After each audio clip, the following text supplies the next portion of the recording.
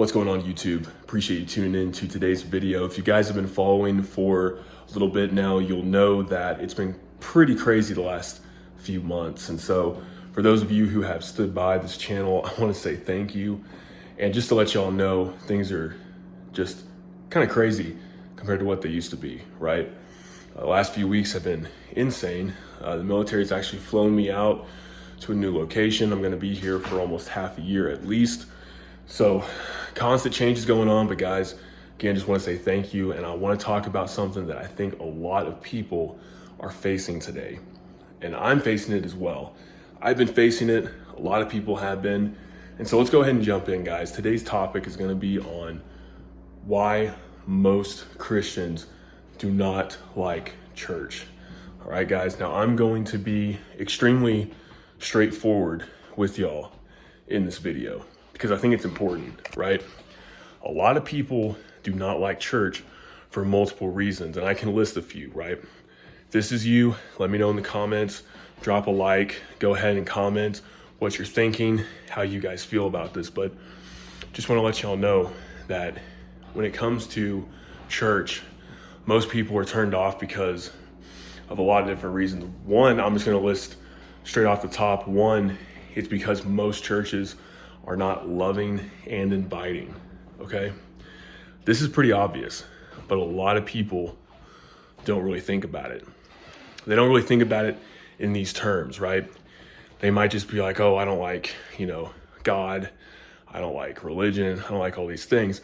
Guys, the reason, sadly, is because most people do not feel loved, right? They don't feel welcome. They don't feel like they belong to anything.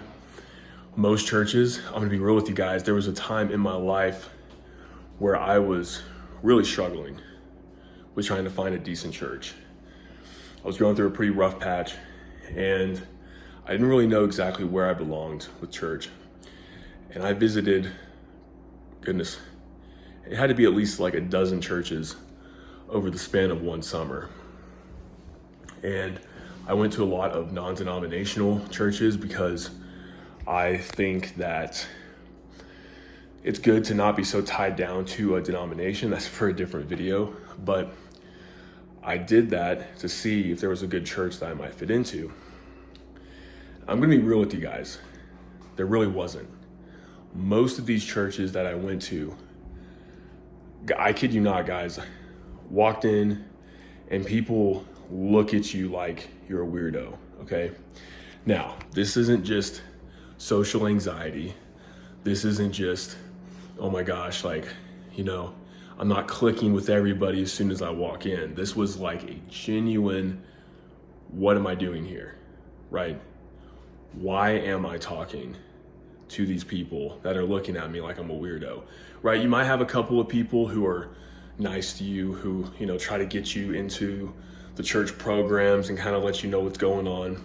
Meanwhile, the entire church is just kind of looking at you kind of sideways and kind of looking, and I'm going to be real with you guys.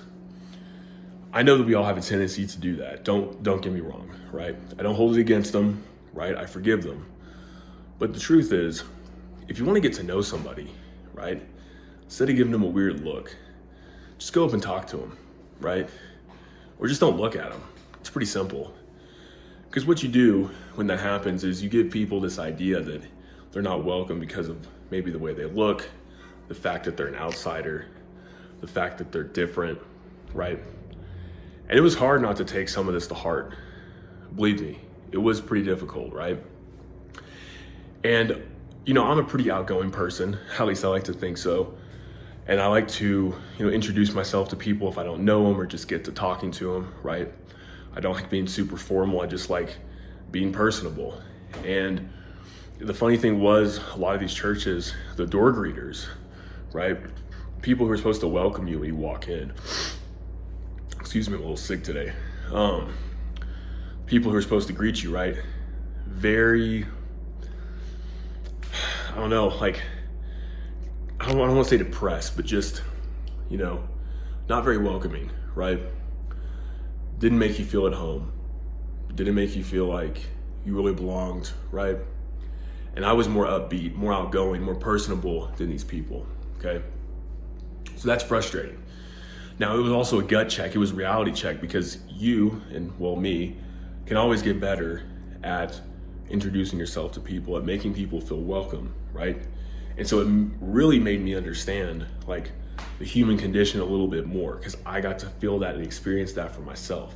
I'm not saying all these churches were like this, and some were there to different degrees, right? But overall, it was kind of sad because I just didn't feel welcome. And I'm someone who grew up going to church, right, for 18, 19 years. And I've always been able to just kind of interject myself into social situations, people, groups very easily, very quickly. And if I felt that way, I can only imagine the way that people who are introverted or trying church for the first time ever or in decades, right, how they feel. So that's one of the reasons why Christians don't like going to church. The other one, guys, now this is a big one. A lot of you guys are probably thinking about this.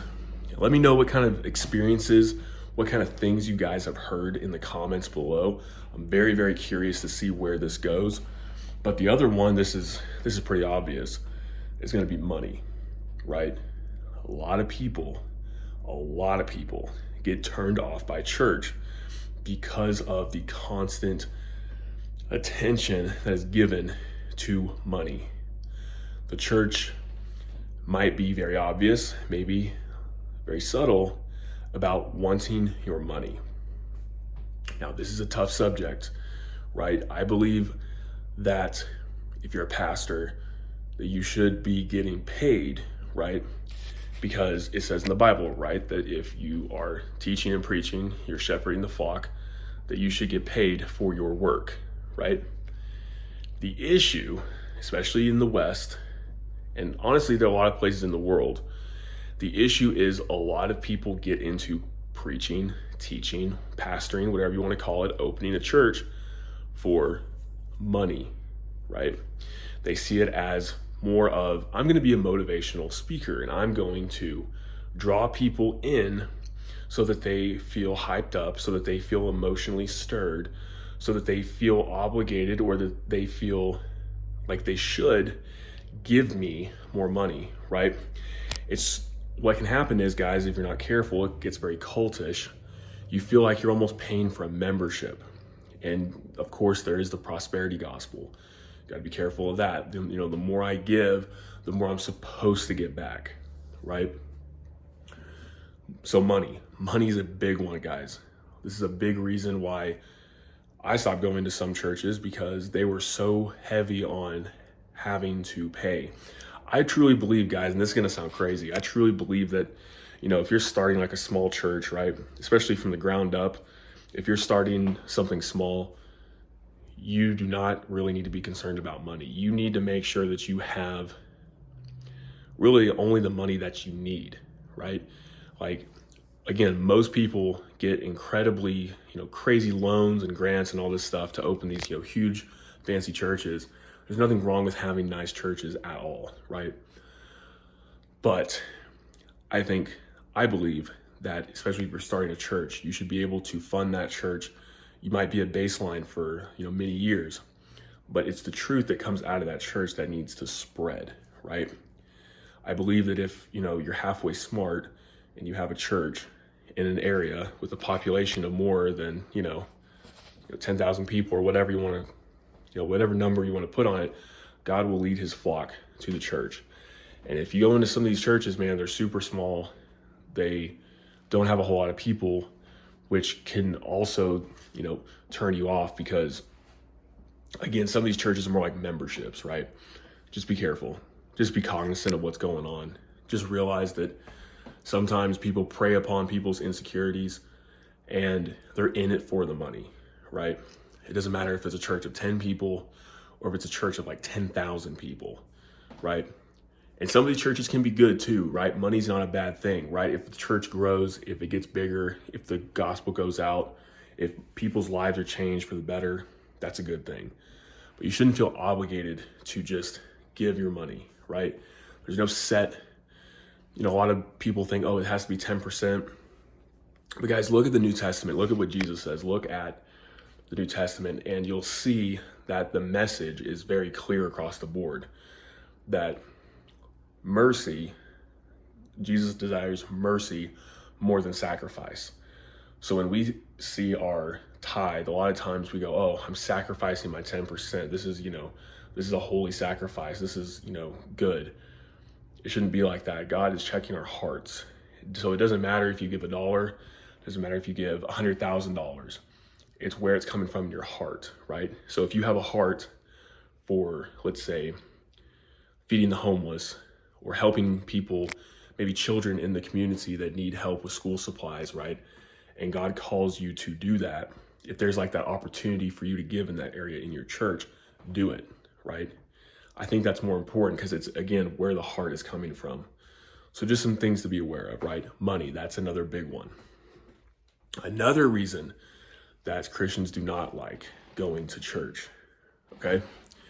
Another reason is because, kind of what I touched on earlier, but I'm gonna full circle this, right? Because they're cliquish, right?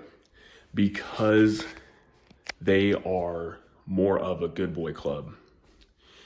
And this is what turns people off a lot. This is what turned me off, and honestly, to this day, really turns me off on most churches, is you have to, not necessarily pay to play, right? We've already talked about that, but you have to be the part, right? You have to be this person. You have to be this certain someone. And the reality is, guys, it's a crock of bull, right? I'm trying to cuss less on my channel. A lot of people have pointed that out to me. It's a bad habit. I'm in the military. It's not an excuse. It's frustrating, so bear with me here. But you guys got to realize a lot of churches are playing the part of the whitewashed tomb. Everybody's trying to look sparkling clean on the outside, trying to look perfect, right? Look at what I wear. Look at what I drive. Look at my beautiful wife and my beautiful kids. Look at my beautiful house. Look at my beautiful yard. Look at my beautiful land. Look at my family. Look at my loving family. Look at my friends. Look at my community. Look at my job. Look at my accolades. Look at all this. Look at all this, right?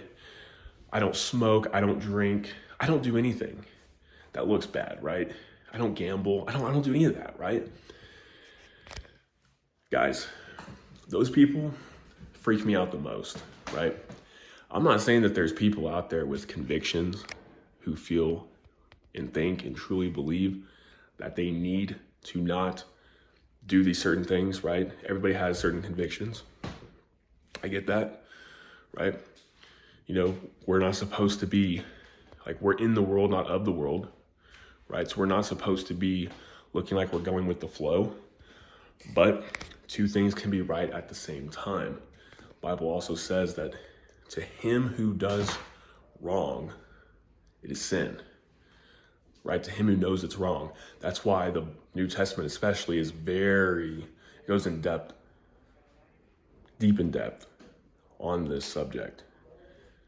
They talk about not being a stumbling block, right?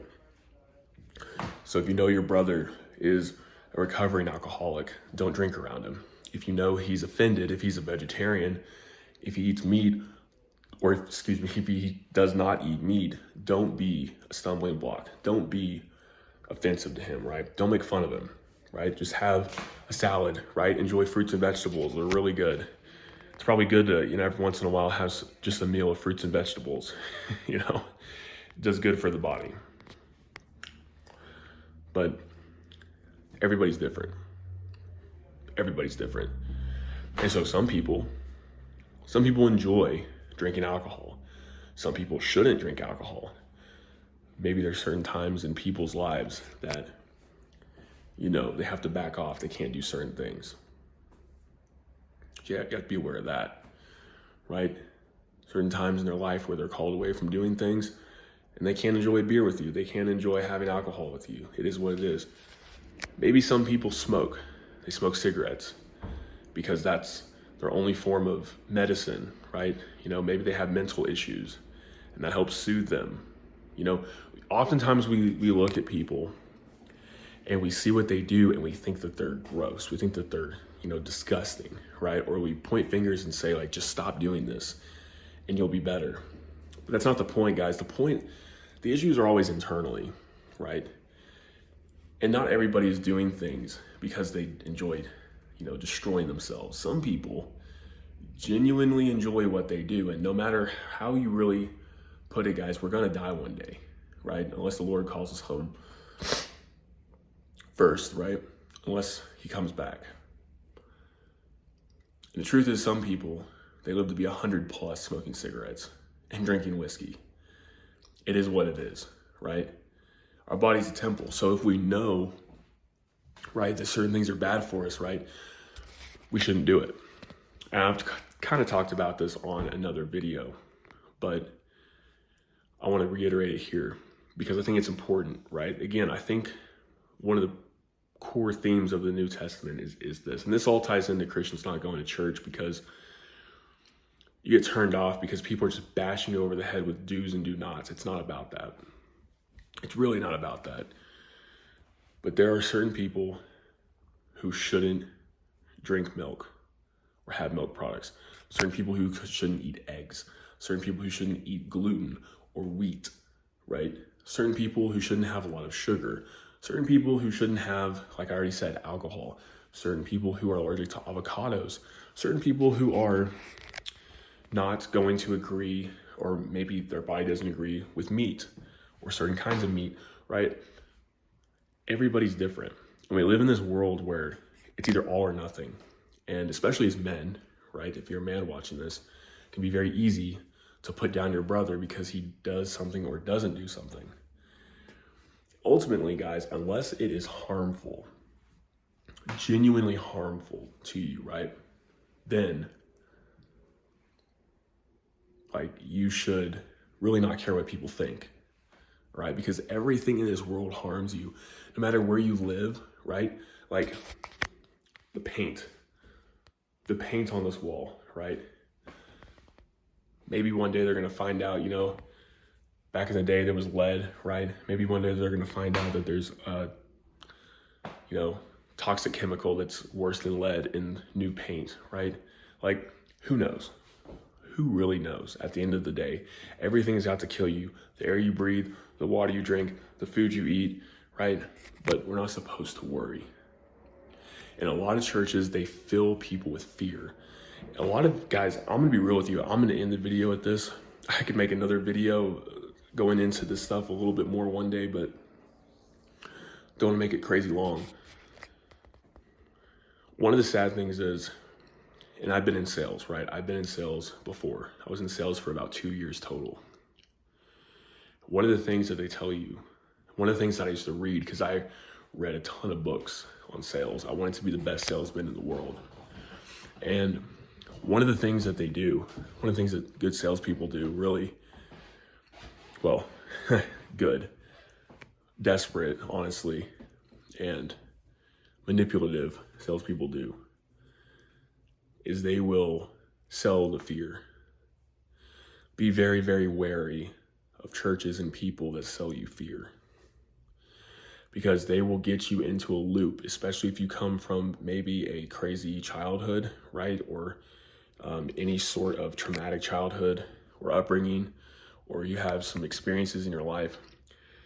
Be very wary, because whether they subconsciously do it or consciously do it, some pastors, churches will get you hooked with fear, and then they'll sell you the solution.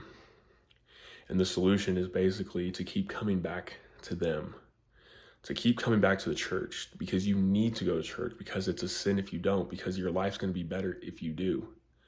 Guys, I'm going to be real with you right now. I'm going to be 100% with you right now. If you find yourself in this church, if you find yourself in this type of environment, you need to run. You should not be in a church like that. A lot of people think that church should either be hellfire and brimstone, or it should be all love. It needs to be somewhere in the middle. You need to have a church that's going to tell you, that's going to speak the truth in love.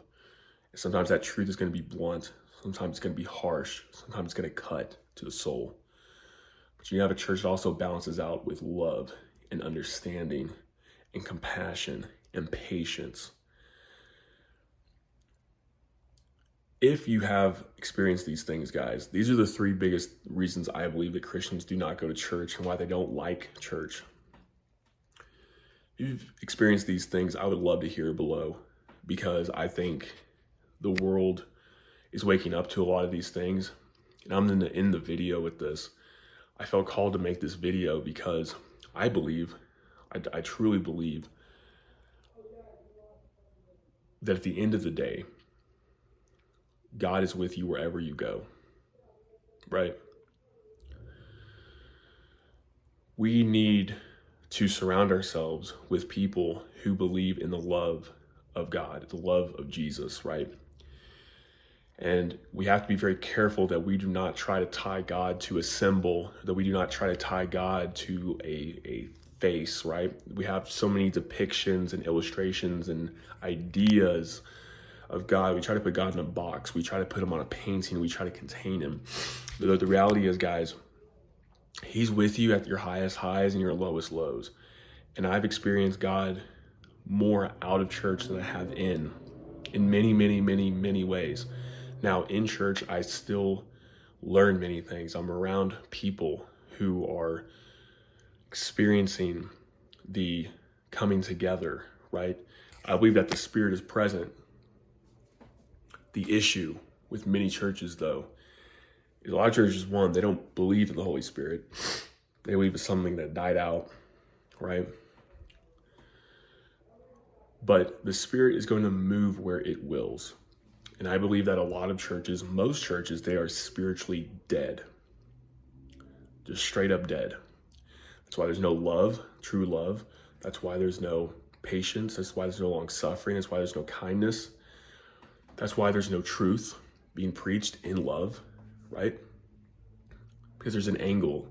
And we're all human, we're all sinful, and we all make mistakes. But if you are a preacher, a teacher of God's word, you have a higher responsibility. There's a higher burden in some ways, right? You have to answer for more than just the everyday person. So be aware of these things. Understand that at the end of the day, God is going to lead you where he wants you to be. You don't have to identify with the church. You don't have to identify with going to a congregation. You can find like-minded people like on this YouTube channel in the comments, right? You can find like-minded people online. You can find them in your day-to-day life, right? Strike up a conversation with people at work. Bring up religion. You'd be surprised. I hate using the term religion, but bring up spiritual things. Bring it up, guys. You'd be surprised. There's a lot of what I call closet Christians. There's a lot of them. A lot of them, maybe they were hurt by church in the past or by, some denomination or some church or some, Christian person or religious person. A lot of people, because we all have a spirit, right, are hungering for these things. So be that person that's different, that's welcoming, that's kind, that has the Holy Spirit. Ask for wisdom of God. Ask for the Holy Spirit. Ask for these things, guys. It'll all make sense. Life won't be perfect. It won't be easy all the time. But hopefully, eventually, you'll find a church. And don't feel pressured into being a member, locking yourself into a church. Enjoy the church that you're at. Enjoy the people that you're with. And if one day things change and, you got to move on, you move on, right? But be the light, right? We're brothers and sisters. We're all part of the same body. Be patient with one another, right? Love others like you love yourself. Guys, again, I love hearing from you. Thank you again for all your support. I'll see you all in the next video.